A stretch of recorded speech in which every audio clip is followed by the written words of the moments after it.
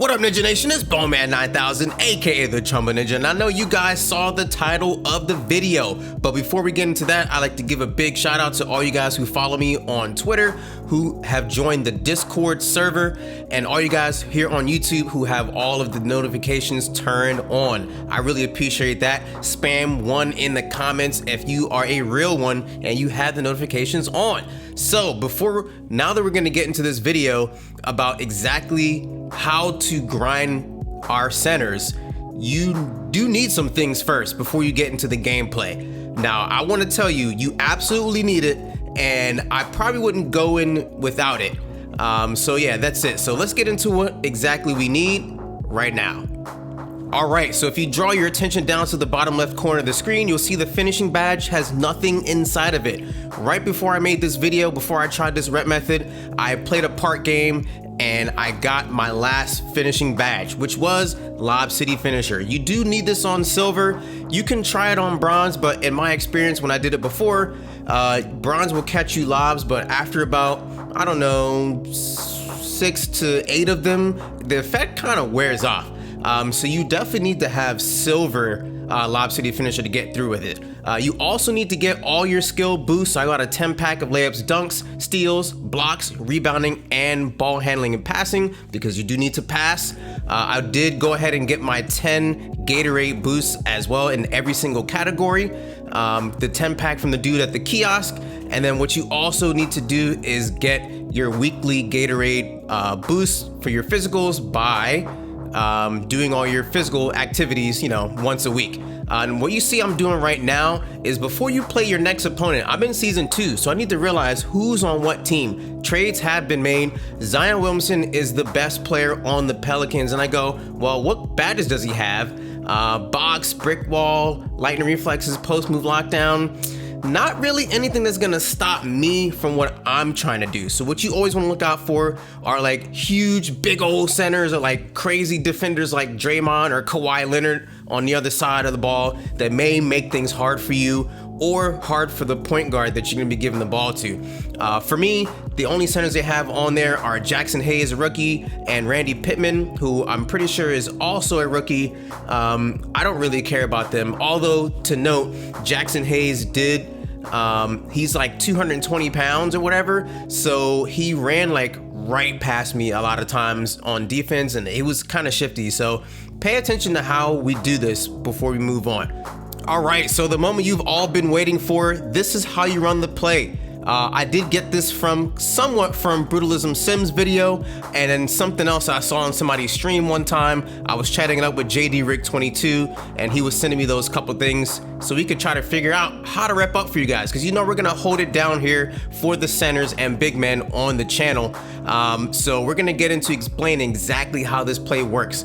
So as you get the ball, you're gonna call for isolation while you bring it up court by hitting L1 and X. Quick isolation, boom, it gets everybody up to all the way to the left side. Then you hit L1 and L1 for a pass and screen away, and Curry sets you the screen. He's the only other person, and lob. So the trick behind this play is to get everybody to one side. If you call screen and pass away by hitting L1 and L1 before calling for isolation for yourself, they will end up in a spread situation, and somebody's gonna come up and guard you or double team you on the lob pass. You're not gonna be able to catch it. So we do this here. We go around Steph Curry's screen, and we're good to go. I tried this a lot. I got a lot of points. I broke Kobe's record in this game. My computer, for some reason, was not wanting me to be great.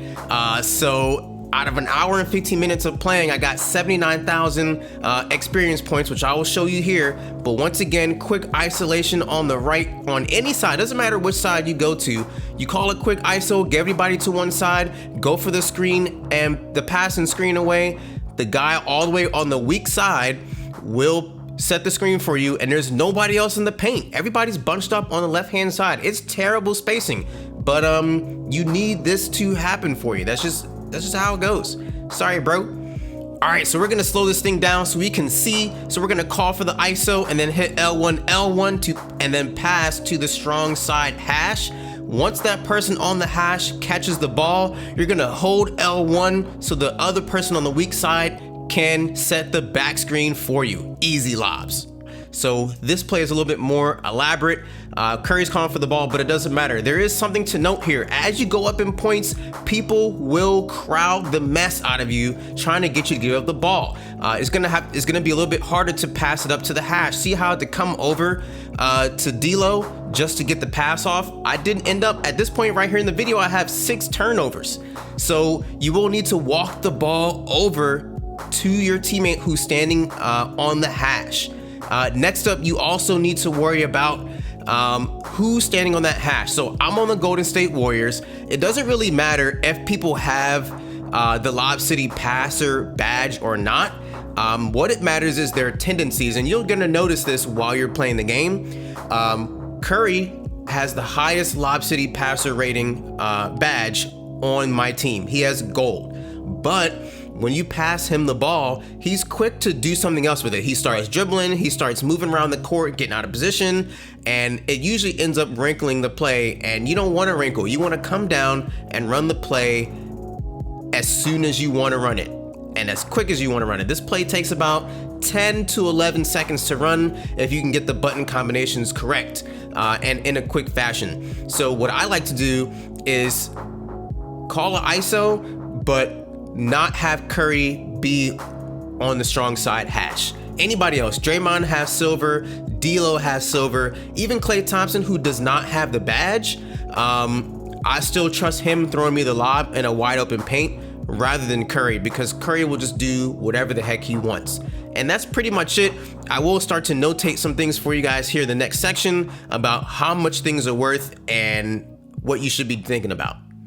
All right, so here's what I got. Here was the breakdown. If you guys are wondering, yes, defense wins championship. Just from the well-defended plays that you see at the top of the window, I got 23 instances of that, 23 events, as Mike Wang would call it, for a total of 6,182 XP. That breaks down to 269 XP per event on Hall of Fame. Yes, this is on Hall of Fame. Contact layups, you don't want to worry about. You want to worry about the counting stats. All the ones that show up when you look at this screen that is say times a number, you don't get penalized for a miss, just like last year. So post-rising dunks, I got 7 of those. You know, those are separate from the alley-oop dunks because that's a separate thing. But post-rising dunks do count as long as you poster someone while getting the alley-oop dunk. So regular dunks was 4, doesn't really matter. That was 325 a piece. Posterizers are 390 a piece.